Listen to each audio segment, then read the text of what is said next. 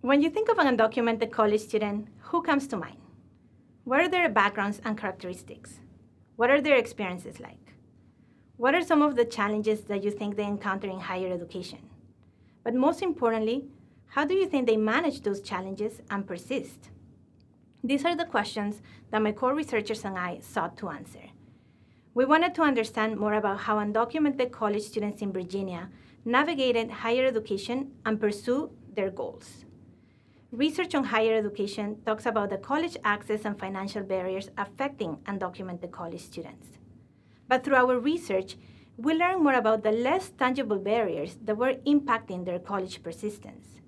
For example, we learned about how the ideal of the perfect dreamer really impacts undocumented students. This is the ideal that talks about how undocumented college students are all straight-A students, high-achieving, attending highly selective institutions.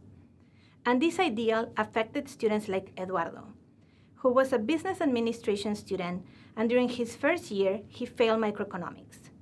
When Eduardo failed microeconomics, he thought he was less deserving of opportunities.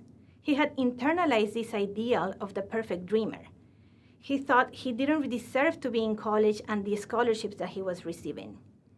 But Eduardo was resilient, and with the support of his family, he persisted. He adjusted his class schedule and managed to navigate those academic barriers and kept on going. But not all undocumented students have the support of their families. Paola was one of the students that we talked to, and she expressed how she had distant relationships with her families. Paola won a scholarship to go to college and live on campus. But when she talked to her mom about going to college and living at the university, her mom disapproved. Her mom had gender expectations of her and wanted her to stay home and attend college commuting from home.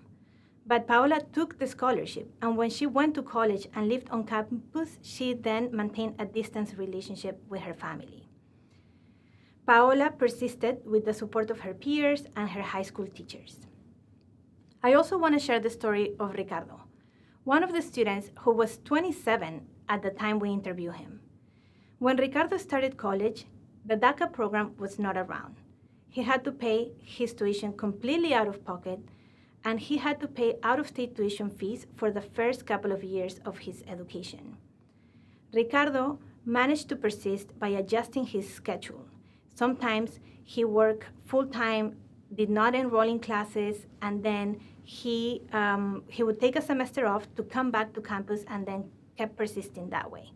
He kept applying to different scholarships, but he did not receive any scholarships because he kept being rejected because he worked full-time. So without his full-time job, Ricardo couldn't really afford college, but with a full-time job, he didn't qualify for scholarships. So now when you think of an undocumented college student, I want you to keep these stories in mind.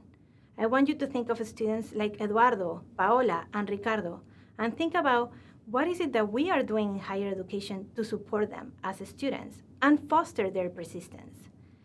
We need to be undocu-serving institutions. We need to move beyond being undocu-friendly and be ready for students who are undocumented and are coming to our college campuses. One way of doing that is by institutionalizing scholarships on campus so students like Ricardo can go to college and take advantage of those opportunities. We also need to be trained as faculty, administrators, and staff so that we understand more about the experiences of undocumented college students and be ready to support them. We need to become undocu-serving.